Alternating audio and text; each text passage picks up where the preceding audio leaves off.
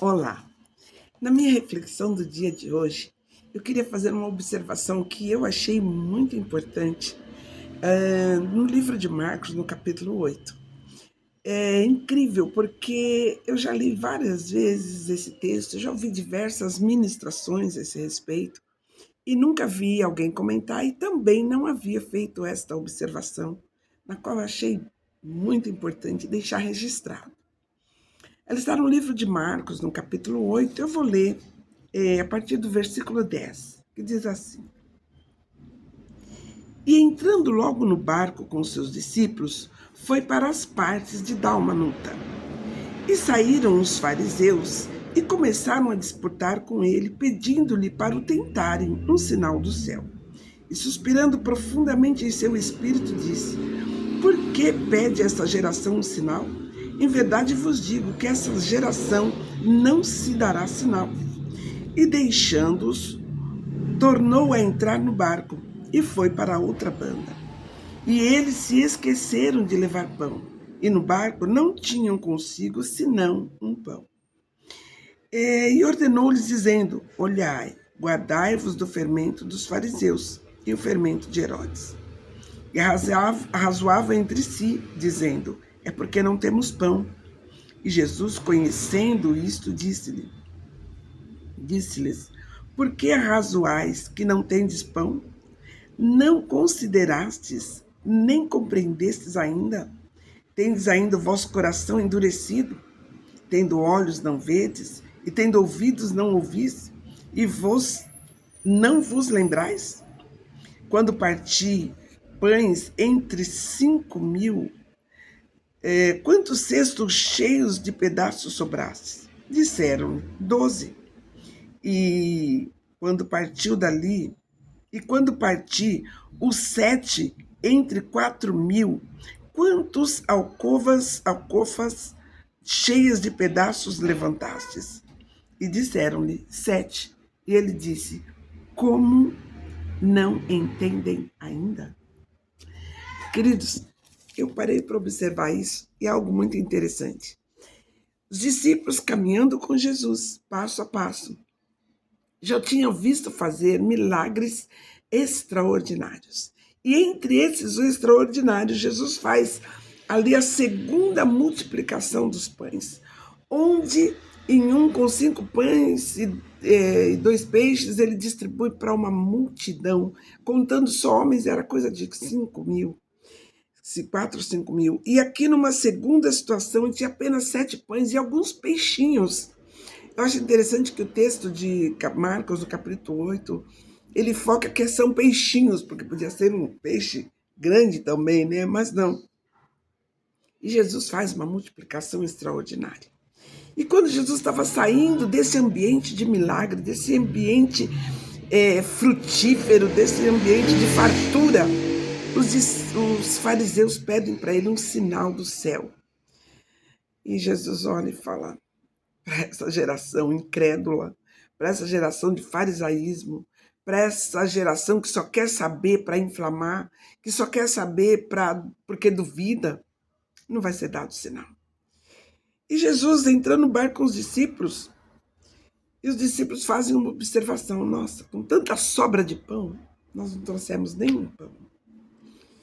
E eles estão ali nesse pensamento, arrazoando nesse comentário, e Jesus vem trazendo para eles uma nova lição, falando para eles: olha, prestem atenção, para vocês não se contaminarem com o farisaísmo, para vocês não se contaminarem, querer provas daquilo que é evidente, de não criarem problemas onde não tem, algo mais ou menos desse gênero.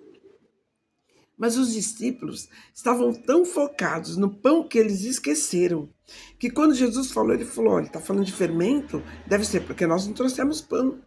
Mas Jesus, conhecendo aquele pensamento deles, tão pequeno, falou: por que vocês estão preocupados? Por que vocês estão comentando entre si? Ai, não trouxemos pão, esquecemos pão. Vocês não viram os milagres que eu fiz com pão? E Jesus chama a atenção deles, e eu acho tão interessante aqui, no versículo 17, Jesus, conhecendo o pensamento deles, disse: Por que arrazoais, não tendes pão? não consideraste, nem compreendestes ainda. Tendes ainda o vosso coração endurecido. Queridos, às vezes o nosso coração é tão endurecido que nós não entendemos o quanto Deus já fez por nós.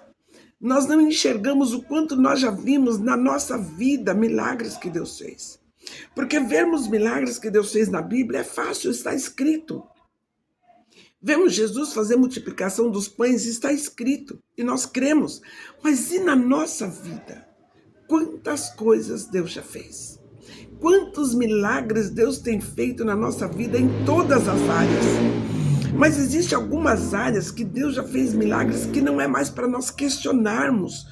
Como um exemplo esse dos pães. Os discípulos já tinham visto Jesus distribuir por milhares de pessoas 5 pãezinhos, 7 pãezinhos, e eles estavam preocupados com o pão. Existem preocupações da nossa vida que não é mais para existir. Existem questionamentos, dúvidas ou medos em nós que não é mais para acontecer. Aí eu faço uma pergunta, por que acontece?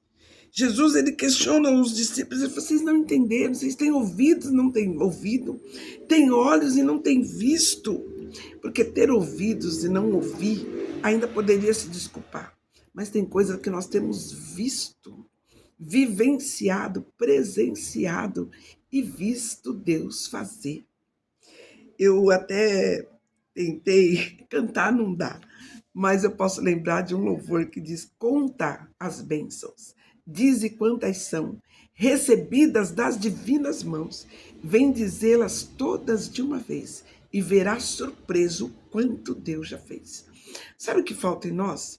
Ter um livro, um caderno de memórias de milagres.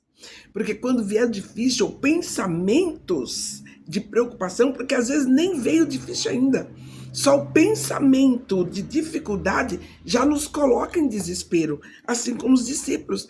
Nem havia faltado pão ainda, mas eles já pensaram, puxa, nós não pegamos pão, nós não fizemos. E quantas vezes nós fazemos isso? Nós precisamos ter um caderno de memórias, um livro de milagres, uma história. Assim como a Bíblia tem tantas histórias, se você for mulher, tem história de Ruth, história de Esther, história de Débora. Mas se você for um homem que estiver vendo esse vídeo, tem tantos exemplos que Deus deixou aqui com homens que Deus fez grandes coisas. Deus quer ter a minha história, o meu livro, a sua história, o seu livro. Faça um livro de histórias, deixa um legado, faça um livro de milagres, de coisas que Deus já fez. Porque muitas vezes nós estamos vivendo só de promessas e não de milagres. E não de coisas que Deus já fez. Para quando se levantarem situações, questionamentos, ou quando o inimigo vier falar no nosso coração, ou quando a nossa própria alma, que é doente, trouxer pensamentos, memórias, medos, nós possamos apresentar. Aqui está o meu livro, o meu caderno de memórias. Aqui está o meu caderno de milagres. E nós mesmos podemos ler e dali tirar forças para ter esperança num dia difícil. E o pior é que às vezes o dia difícil não chegou. Nós estamos preocupados, desesperados, sem saída.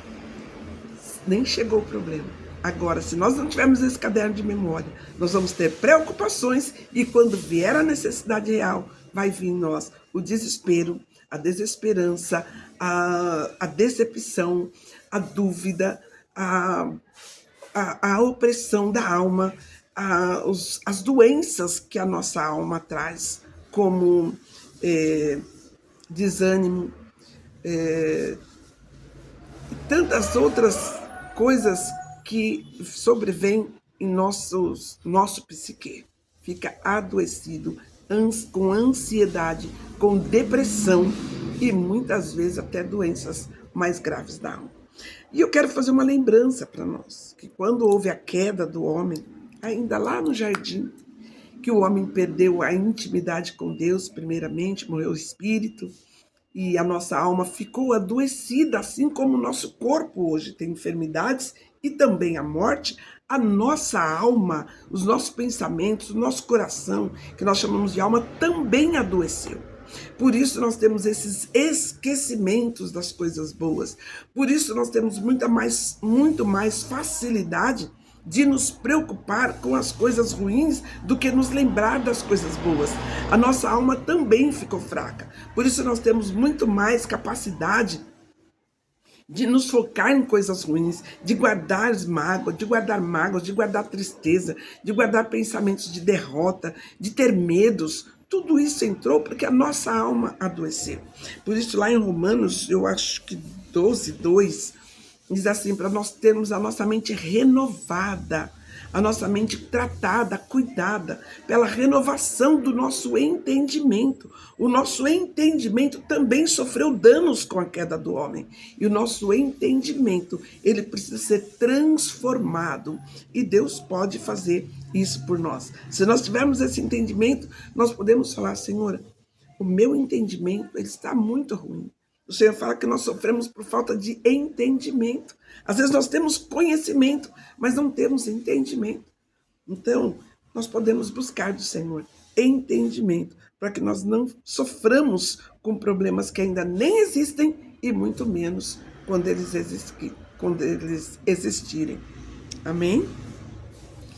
Queria deixar essa reflexão para nós. Foi algo que eu não tinha visto ainda. Os discípulos desesperados por pão, pela falta de pão, pelo esquecimento de pão, depois de ter visto Jesus fazer duas multiplicações tremendas, poderosas, maravilhosas. Que nós possamos ter memórias positivas de tudo que Deus fez. E quando chegar o dia difícil, nós temos a mesma esperança que aquele que fez, ele faz mais uma vez. Deus te abençoe.